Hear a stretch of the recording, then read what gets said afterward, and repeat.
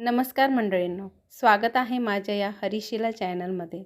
आज आपण Makar Sankranti special recipe बघणार आहोत। सर्वप्रथम तिळीचे लाडू बघून घेऊया। त्यासाठी एक मोठी वाटी तीळ मी घेतलेले आहे, तसेच अर्धी वाटी भाजलेले शेंगदाण्याचे कूट घेतले आहे व अर्धी वाटी चिक्कीचा गूळ घेतलेला आहे। हे प्रमाण अगदी परफेक्ट आहे। आता गॅसवर एक पॅन ठेवून त्यामध्ये तीळ टाकून ती भाजून घ्यायची आहे। अगदी सोनेरी रंगाची होईपर्यंत भाजायची आहे, जेणेकरून तीळ ही छान खमंग आणि कुरकुरीत होते आणि लाडू देखील खूपच छान लागतात। तर अशी ही तीळ मीडियम फ्लेमवर आपण भाजून घेत आहोत। तर सारखी हलवत राहायची आहे, जेणेकरून एकाच ठिकाणी लागून ती काळपट होणार नाही। आता गुळाचा पाक बनवण्यासाठी एक छोटी अर्धी वाटी आपण पाणी ॲड करून घेतलेले आहे। तर त्यामध्ये चिक्कीचा गूळ हा आपण टाकून घ्यायचा आहे आणि त्याला छान मेल्ट करून घ्यायचा आहे। तर हे करत असताना गॅसची फ्लेम ही मीडियम ठेवायची आहे, जास्त हाय करायची नाही, जेणेकरून पाक हा काळपट होणार नाही। तर हे सर्व गूळ आपण छान हलवून त्याला मेल्ट करायचं आहे। बघू शकता तुम्ही, हळूहळू तो तापल्यानंतर मेल्ट होतो आणि त्याचा कलर देखील चेंज होतो। तर हा जो चिक्कीचा गूळ आहे, यामुळे लाडू अगदी छान होतात।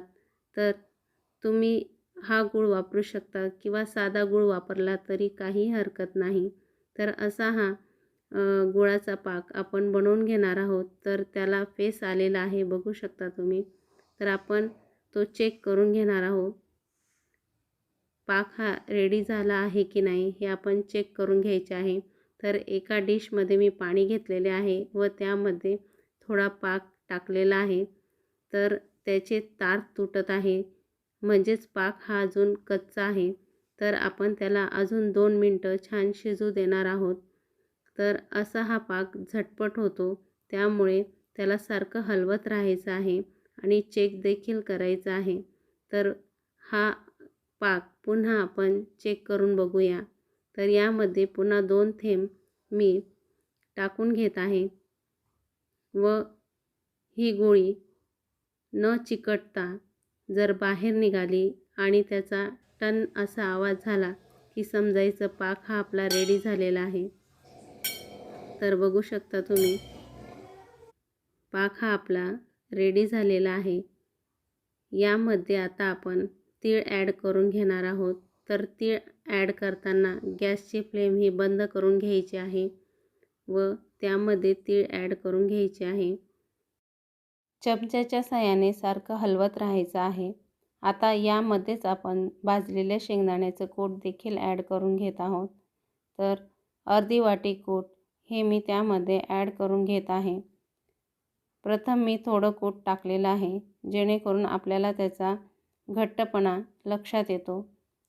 तर संपूर्ण कूट मला या ठिकाणी लागणार आहे, त्यामुळे मी संपूर्ण टाकलेलं आहे आणि पुन्हा छान हलवून मिश्रण हे एकजीव करून घ्यायचं आहे। असा हा गुळाचा पाक जर परफेक्ट झाला तर लाडू अगदी खुसखुशीत होतात आणि अगदी चविष्ट असे लागतात। तर हे मिश्रण हे चांगलं एकजीव करून घेत आहे। लाडू बनवताना ते मिश्रण गरम असतानाच वळून घ्यायचे आहे। जर हे मिश्रण थंड झालं तर लाडू वळले जात नाही। त्यासाठी लाडूचं हे जे मिश्रण आहे ते शेवटपर्यंत तसंच राहावं, त्याकरिता एक ट्रिक मी तुम्हाला सांगणार आहे। सर्वप्रथम आपण हे मिश्रण छान एकजीव करून घेऊया आणि लाडूचं मिश्रण हे छान तसंच राहावं याकरिता एका भांड्यामध्ये गरम पाणी टाकून घ्यायचं आहे। तर मी या भांड्यामध्ये गरम पाणी टाकून घेत आहे। संपूर्ण गरम पाणी त्या भांड्यात टाकलेलं आहे। भांडं हे भरवून घ्यायचं आहे आणि त्यावर आपण कढई ठेवणार आहोत, जेणेकरून गरम पाण्याच्या वाफेमुळे हे मिश्रण शेवटपर्यंत तसंच राहील आणि लाडू करताना आपल्याला अगदी सहज सोप्या पद्धतीने लाडू पटापट वळता येतील। तर बघू शकता तुम्ही, असं हे छोटंसं आपल्याला ज्या आकाराचे लाडू हवेत तेवढं मिश्रण घेऊन दोन्ही हातांच्या मध्ये त्याला छान प्रेस करून आपण गोल फिरवून घेणार आहोत। तर हे करत असताना थंड पाणी मी हाताला लावून घेतलेलं आहे, म्हणजे हाताला चटका लागणार नाही आणि ते मिश्रण देखील चिकटणार नाही. असे संपूर्ण लाडू आपण पटापट वळून घ्यायचे आहे. अगदी झटपट असे होतात आणि खूपच खुसखुशीत असे होतात. अगदी सोपे असे हे तिळीचे लाडू आहेत. फक्त याचं अचूक प्रमाण आपल्याला माहिती असलं पाहिजे. तर असे संपूर्ण लाडू मी वळून घेत आहे. अगदी पटापट होतात. तिळीचे हे लाडू आपले रेडी झालेले आहे. बघू शकता तुम्ही. एका डिशमध्ये मी काढून घेतलेले आहे. अगदी छान छोट्याशा आकाराचे लाडू आपले तयार झालेले आहेत. तर आता आपण चुरमुऱ्याचे लाडू कसे करायचे ते बघणार आहोत. त्यासाठी गॅसवर मी एक पॅन ठेवून त्यामध्ये 3 वाटी मुरमुरे घेतलेले आहेत. तर हे मुरमुरे अगदी कुरकुरीत व्हावे याकरता आपण याला हलके असे भाजून घेणार आहोत. चमच्याच्या साहाय्याने सारखं हलवत राहून त्याला भाजून घ्यायचं आहे आणि ते चेक करायचे आहे. तर बघू शकता तुम्ही, मुरमुरे हे अगदी झटपट असे लवकरच कुरकुरीत होतात. आता गुळाचा पाक आपण बनवून घेणार आहोत. तर त्यासाठी एक छोटा चमचा साजूक तूप मी कढईमध्ये ॲड करून घेतलेला आहे आणि त्यातच आपण चिक्कीचा गूळ टाकत आहोत. तर 3 वाटी मुरमुऱ्यांना 1 वाटी गूळ पुरेसा होतो. तर हे प्रमाण अगदी अचूक आहे आणि साजूक तुपामुळे ह्या लाडूला छान अशी चमक येते. पहिल्या रेसिपीमध्ये मी पाण्याचा वापर केलेला होता, त्यात साजूक तूप टाकलेलं नव्हतं आणि ह्या रेसिपीमध्ये आपण टाकलेलं आहे. तर दोन्ही पद्धतीने गुळाचा पाक अगदी छान अचूक असा होतो. त्यामुळे तुम्ही तिळीच्या लाडूला किंवा चुरमुऱ्याच्या लाडूला तुम्हाला हवा असेल तसा पाक तुम्ही बनवू शकतात. साजूक तूप तुम्ही जर त्यामध्ये ॲड केलं तर लाडूला छान चमक येते आणि जर तुम्हाला स्किप करायचं असेल तर तुम्ही स्किप देखील करू शकतात. तर तुम्ही बघू शकतात गुळाच्या या पाकाला छान फेस आलेला आहे. पाक आपला हा रेडी होत आहे. तर याला देखील आपण मध्ये मध्ये चेक करून घ्यायचं आहे. आता एका डिशमध्ये पुन्हा पाणी घेऊन त्यामध्ये आपण गुळाचा पाक चेक करून घेत आहोत. 1 ते 2 थेंब गुळाचा पाक मी थंड पाण्यात टाकून घेतलेला आहे आणि त्याची आपण गोळी बनवून घेणार आहोत. तर अगदी सहज अशी गोळी ही निघालेली आहे आणि हाताला चिकटत देखील नाही. तर बघू शकता तुम्ही, परफेक्ट असा आपला हा गुळाचा पाक रेडी झालेला आहे. आता यामध्ये आपण चुरमुरे ॲड करून घेत आहोत. हे करत असताना गॅसची फ्लेम ही बंद करायची आहे. संपूर्ण चुरमुरे मी यामध्ये टाकून घेतलेले आहे. 1 वाटी चिक्कीच्या गुळाला 3 वाटी चुरमुरे असं हे प्रमाण आहे. अगदी परफेक्ट असं होतं. आता याला छान एकसारखं हलवून घ्यायचं आहे, जेणेकरून संपूर्ण चुरमुऱ्यांना गुळाचा पाक लागेल. असं हे मिश्रण एकजीव झाल्यानंतरच आपण त्याचे लाडू वळवायला सुरुवात करणार आहोत. तर संपूर्ण मिश्रण हे एकजीव झालेले आहे. आता आपलं हे मिश्रण लाडू बनवण्यासाठी रेडी झालेलं आहे. पुन्हा हाताला मी पाणी लावून घेतलेलं आहे आणि पाणी लावून दोन्ही हातांच्या साहाय्याने मधोमध त्याला दाबून गोल असा आकार देत आहे. असे हे लाडू पटापट वळून घ्यायचे आहे, जेणेकरून ते थंड झाल्यानंतर अगदी कडक होतं आणि लाडू हे वळल्या जात नाही. तर त्यासाठी लाडू हे पटपट वळून घ्यायचे आहे आणि त्याला परफेक्ट असा आकार देण्याकरिता एका परातीत मी लाडू हे काढून घेतलेले आहे आणि त्याला छान हलवून घ्यायचे आहे. तर पूर्वीच्या बाया ह्या सुपामध्ये हे लाडू अशाच पद्धतीने हलवून घ्यायच्या, जेणेकरून त्याला छान गोल असा आकार येईल. असे हे चुरमुऱ्याचे लाडू आपले रेडी झालेले आहेत. लहान मुलांना हे लाडू खूप खूप आवडतात. आता आपण शेंगदाण्याचे लाडू बघणार आहोत.